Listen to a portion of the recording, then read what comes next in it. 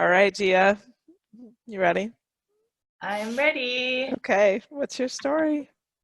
My story. Okay, I guess I'm supposed to start from the start. I always loved the water, and I wasn't very athletic at all, to the point that I don't know if everyone else remembers this, but they have something called the Presidential Fitness Awards.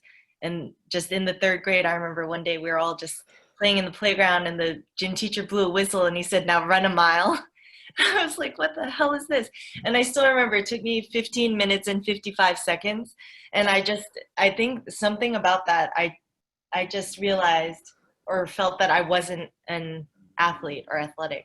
So I didn't join a swim team, and I went through a high school that had compulsory sports, but that's what it felt like. I just did the bare minimum of what I could do to get through it. And I went to college at UC Berkeley, which is kind of like a feeder school for the swimming Olympics. But my friend rode crew there, and then she said, "Why don't you just come to the gym with me?" And I said, "What are you talking about? Why would I go and purposely do this now that I'm free of compulsory sports?" But I went and got on those machines, and I think it did something to my endurance. And then I took her suntanning, which she didn't care for. But there's this 33 and a third yard marble rooftop pool at Berkeley. And I just jumped in, and I was going to do one length just to cool off. And I just kept on going. And I think I did 25 laps or something like that. And that's when I decided that was going to be the way I worked out. So I wouldn't have to run anymore. I wouldn't have to go on these machines. So I did some of that. And then it wasn't until 2007, I was working at a burger shop before going to graduate school. And this is in San Francisco. And we got a lot of free burgers. And my coworker was this 19-year-old gal, and we were talking about how we had to get into shape. So I said, "Well, what I really want to do is swim." And she said, "Oh, there's a public pool here. Let's go." And I said, "I don't even know how to do a flip turn." And it turned out she had been a high school swimmer. So she taught me how to do a flip turn. Anyway, not to run long, but then I looked for races, because by then I had done a 3K or a 5K road race. And I thought, oh, that would be, maybe there's a race for swimming. And there was a 1 mile race in my home city of Boston in the Charles River. And that was really wild. So I just trained and trained and trained, because 1 mile seemed like so much. And the night before it rained, so they showed scientists on local TV testing the water. And I was just hoping that they would cancel it because I was so scared. But then I did it, and it was just indescribable. Probably all of you sort of remember a first open water swimming experience. And after that, I just found other opportunities to swim, and then the distance kept creeping up. And a big part of it, I moved to New York City in 2010 and found the swimming culture there. And then that took me the rest of the way, kind of, to now. Yeah, yeah, that's awesome. Um, when was your just having read your bio before we met? Tell me about the lap swim awards. Yeah. I've never heard of that before. Oh my God, when I first got to New York City, I was out of this grad school program that I didn't really end up using. It was the worst of the recession when I got out. And I was just having endless summer at my mom's house. And basically, a family friend in Queens who had a shoe discount warehouse, a wholesale discount shoe warehouse in Little Ferry, New Jersey, and lived in College Point, Queens. So, for anyone who knows the geography, it's really far. And I stayed in their basement in College Point. Then I drove the company van across the Whitestone Bridge, just traffic everywhere, crossing all the boroughs of New York, and then threading over to New Jersey over the George Washington Bridge. And it was the most hellish thing ever. But then I found out about the swimming pools, because right before I had moved there in summer of 2009, I think it was Labor Day weekend, and the friends I was staying with said, "Oh, let's bike to the Red Hook pool." So we went to this pool, and at the end of the summer, not a lot of people are there. actually. So it was this gigantic pool, and I remember standing there and saying, "You don't need my ID. You don't need money. You don't. I just need to show you this lock. And are you serious? I can just go in." And they said, "Yeah, yeah, yeah. Go in, go in." And it was a pool without end. Cause I just remember swimming and swimming and swimming without looking, and there's just no end. So that's how I knew about it. But they have an adult lap swim program. So before and after working hours, you can go in and track your miles. So I guess it started with going for a t-shirt, because if you do 25 miles over the course of the summer, you get this ugly t-shirt. And I thought maybe I can do that. And just by going every day, it was a real relief from that. Eventually, I did move to the Upper East Side of Manhattan, and I was sharing a studio, paying $500 and sleeping in the same bed with my gay best friend. And it was so intense, and I was still commuting now. So I didn't have to drive the van, but I had to use 3 different conveyances plus a 15-minute walk to get to work at the time. But after work, I started going to Lasker Pool and swimming, and it really saved me because I looked forward to that. And I can't explain, that stretch of time felt like it wouldn't end. And I felt like I would never escape. I would never get beyond that time period. So swimming really helped. So every year I've done that. But I accidentally won an award because a lot of people don't really track their miles, or they don't show up dependably. And then suddenly they said, "Oh, you won, I think it was 3rd place or 2nd place at Lasker. So can you come to the banquet?" So I said, "Yeah, sure." And it was after work on a Tuesday or Wednesday, and it was crazy. So the city gets trophies for the 1st, 2nd, and place, male and female, morning and evening winners from about 11 or 12 pools. Wow. And they have a guitarist or a pianist who's playing covers of like Bruce Hornsby and playing all these things.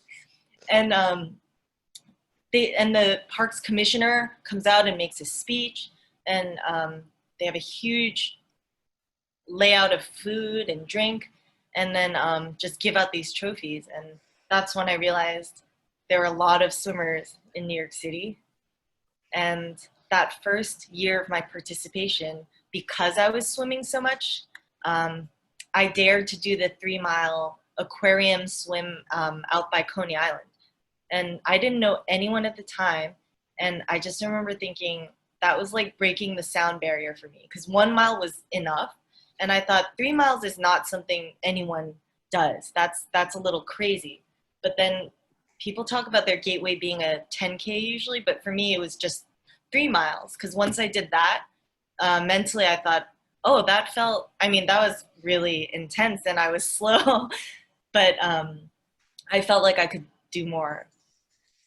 Yeah. Yeah. The public pools in New York City helped me get to that point. That's awesome. So what was your first marathon swim?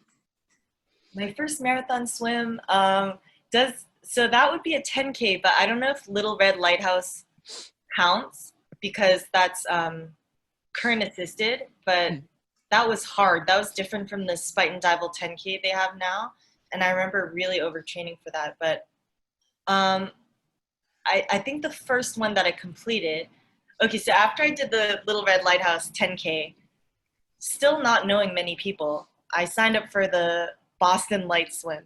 And I was just kind of like, I didn't know about feedings. I didn't know, and you need a support boat with a marine radio, but there's no kayaker.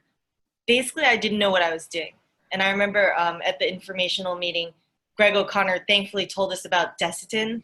And he said, it's like a t-shirt. So then I went and bought Desitin that same night and put it all over me.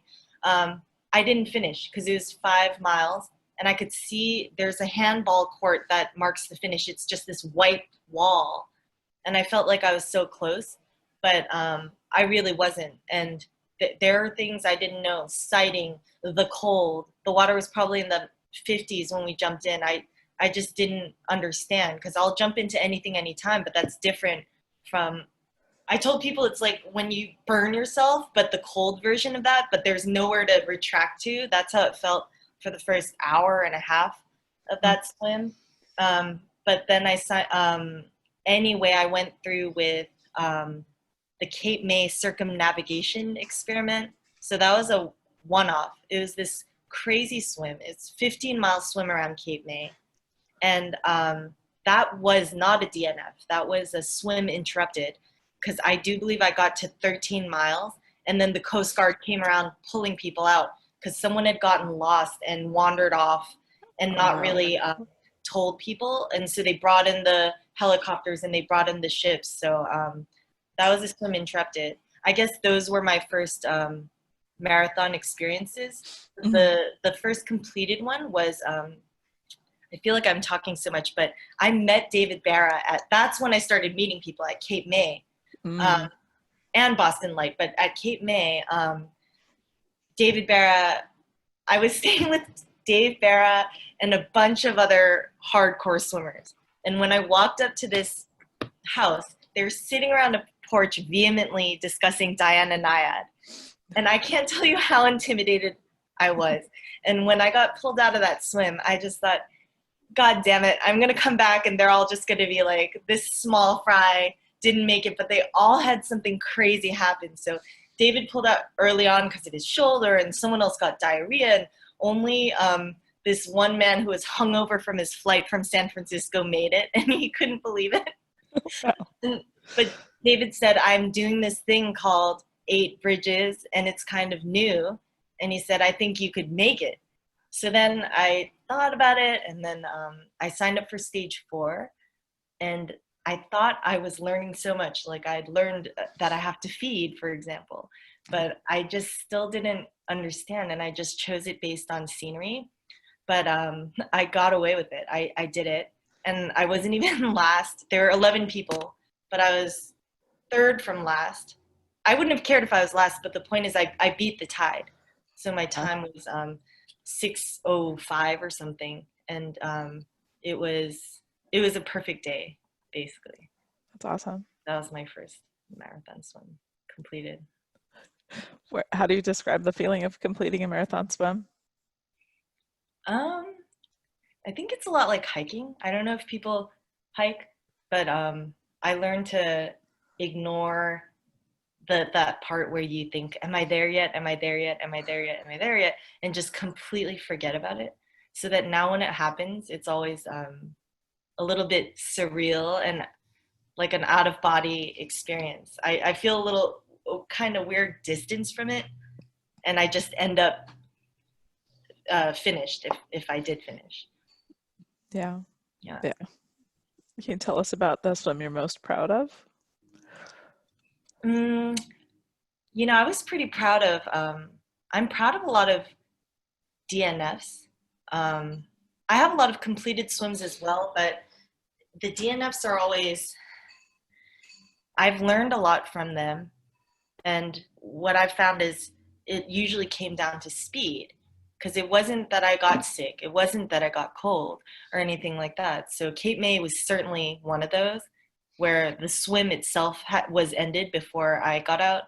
And then I'm pretty proud of last year, actually, Finger Lakes open water swim, because I think over half the people dropped out, and some of them were wearing wetsuits.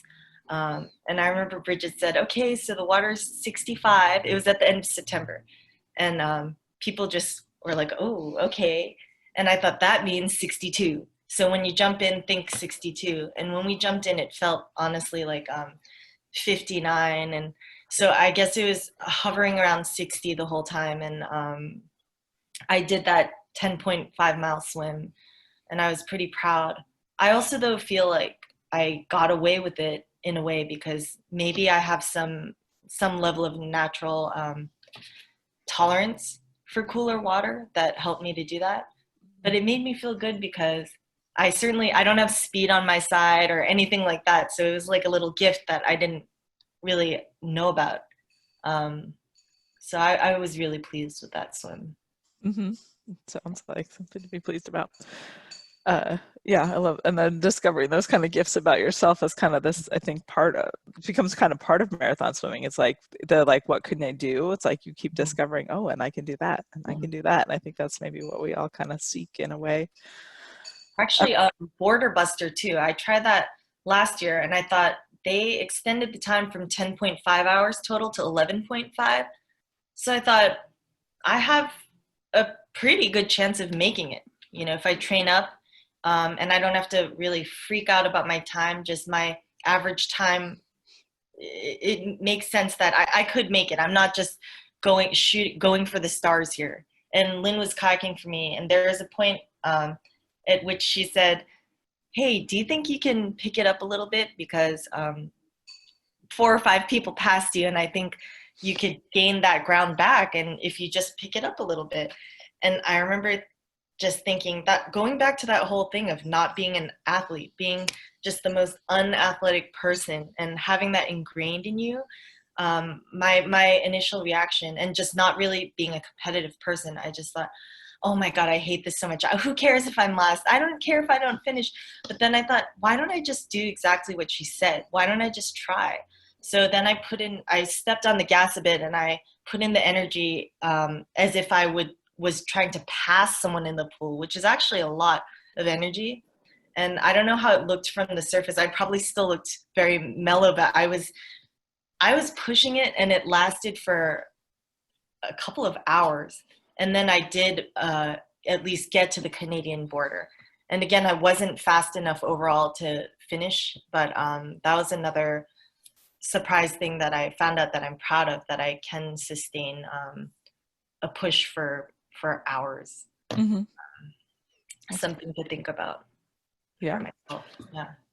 Yeah, and it's interesting, I think, too, just coming from a non-athletic background, like you just, like you mentioned, and not feeling competitive, to be in those, I don't know, to be in those environments. But do you find that you accept kind of coaching like that? It sounds like you kind of convinced yourself to listen to Lynn, but is that more because you trusted her? Yeah, Or I do, and it's also wanting to be open and actually owning a bit of athleticism at this point, because it's easy to lose perspective. All of you in this room are leagues more experienced than me, I feel, and have a lot more swims under your belt to prove it. And yet, not many people would even swim 1,000 yards.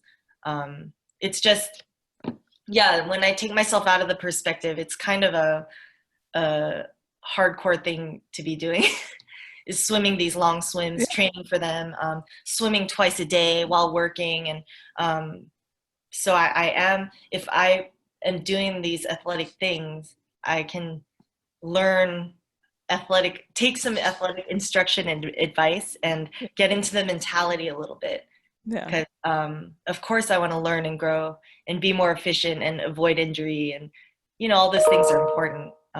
But yeah, it's weird to not have that mentality. It was hard it took an actual effort to open up to that. I Mhm. Yeah, yeah. Well, when I hear your stories, I think that you have acres and acres of experience. I don't think you could possibly sit and be like, oh, well, no, these people have more experience than me. It's not true. And we all, whatever experiences we have, it's perfect. We're all just right where we're supposed to be. So, just having said that, where's your favorite place to swim? I mean, I have so many favorite places, but I can't believe that. I think my answer really is, for now, the New York City public pools. And it's so sad, because I've been talking about how much I dread going back, and how that life's not for me, and how over the next 2 years, when I'm in part-time journalism school, that my single most goal is to leave New York City. And yet I thought about it, because I love swimming also outdoors in natural water.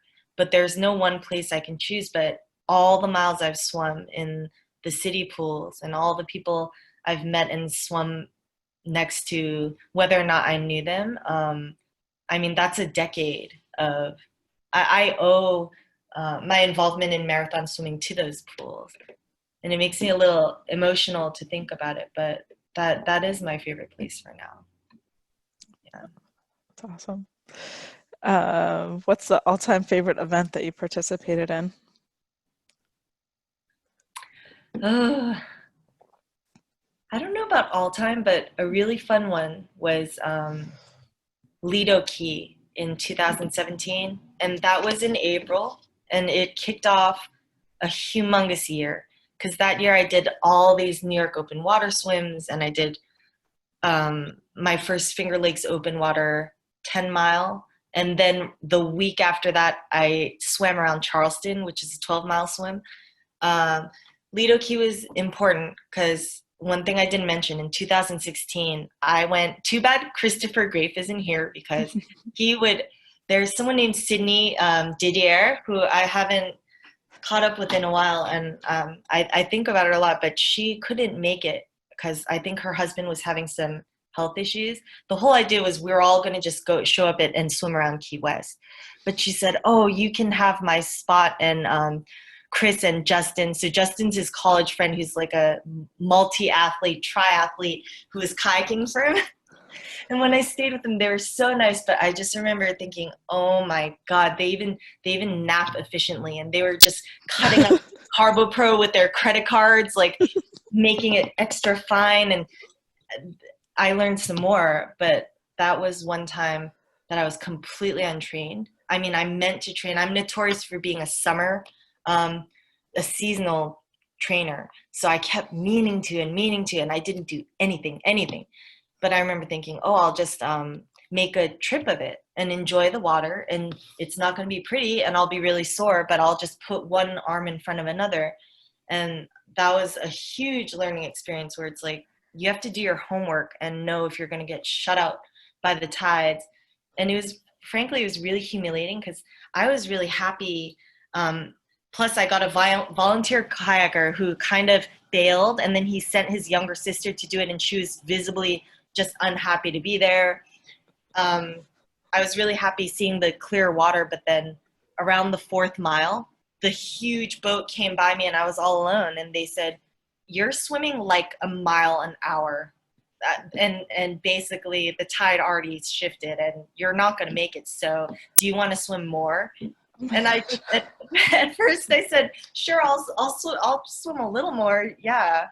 And then also the day before when we went swimming offshore of the hotel, I got stung by a man-o-war and I never saw it, but my ankle, it was just like science fiction. So I was swimming with that. And people to this day say that that was probably why I was so slow, but it wasn't everybody. I was just really untrained.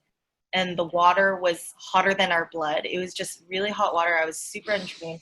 I thought I was swimming at a relaxed, normal pace, but it really was probably a mile an hour, which is hard to believe. Yeah, so I got out and I felt like crap. And I had a serious slump. And I felt like I really didn't belong.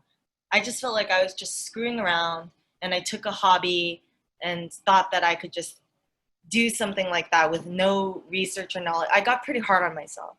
And then people were super supportive, but I still felt, crappy. And so that's why Lido Key, I trained off season, not in the summer. And I remember being so scared I wouldn't make the time limit. I was just really trying.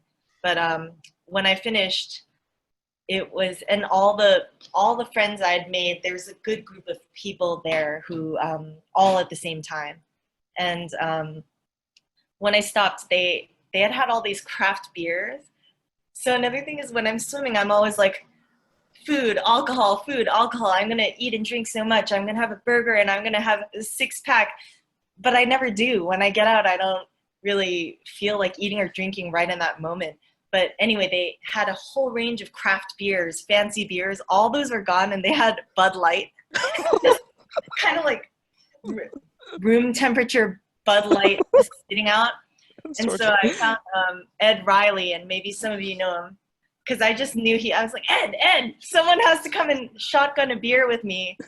It's such a broy story, but we just drank one of those horrible beers and just made a hole in the can, and there was a video of us. It was that kind of swim. Then I just ran upstairs to shower, and when I came out, they saved a medal for me because I guess they gave medals for every single age group and gave 6 places. So it wasn't first, second, third, all the way to the 6th. So there were only 7 people who swum in my age group, and I got the 6th medal. And I just couldn't believe it.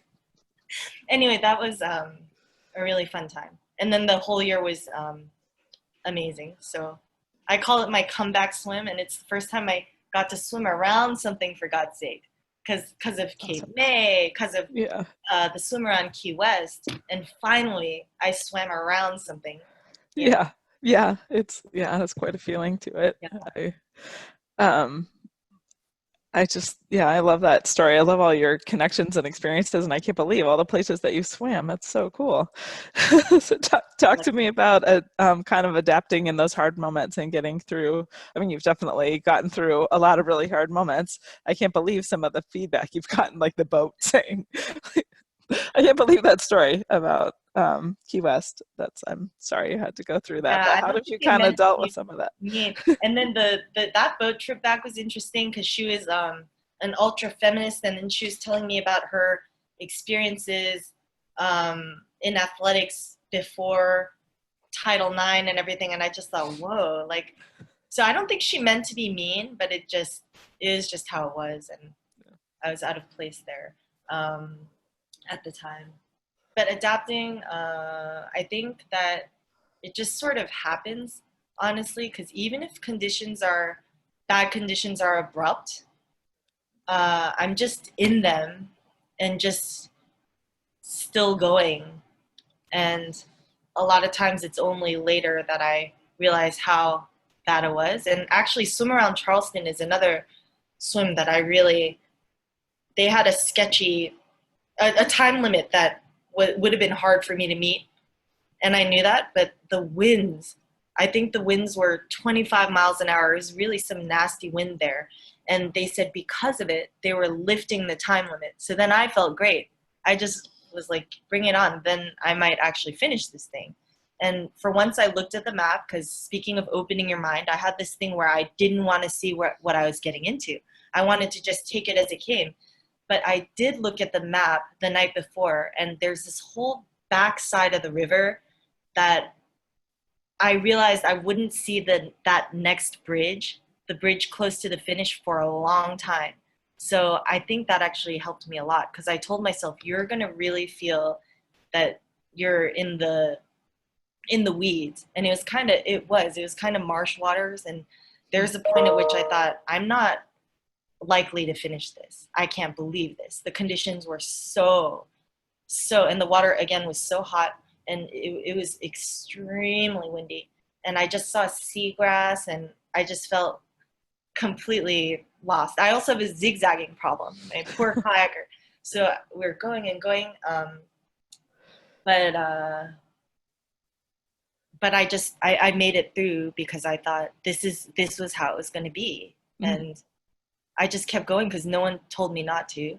And then I developed a strategy. So I'm used to seeing, so the slower swimmers will know this feeling, but you see the big boat and it comes around and it checks on you, and it comes around and it checks on you.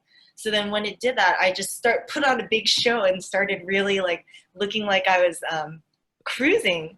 And I think it worked, because if I had been, if I just stayed the way I was going, in my steady, or in my forever pace in those conditions, they might have been like, hey, are you okay? I don't know if you're going to really make it.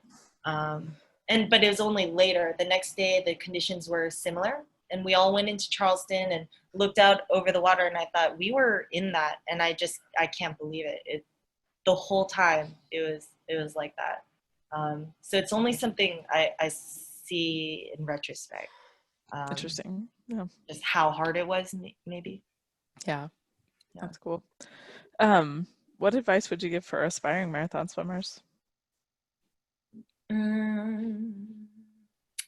I think there's a lot of advice out there about physical training and mentality, but I think maybe again it's hiking and loving nature, but there's also a bit of surrender that You don't step into that adage that you don't step into the same water twice, and you're not ever really the same person twice. So you never do know what you're going to get, and there's always that intangible factor that sometimes it will be your day and sometimes it won't. And I think that can relieve some of the pressures and bring you back to just the enjoyment and the wonder of being in these environments that no one else, seeing perspectives that no one else would unless they were in this crazy sport. So I think it would be just really enjoy it and realize you're in nature when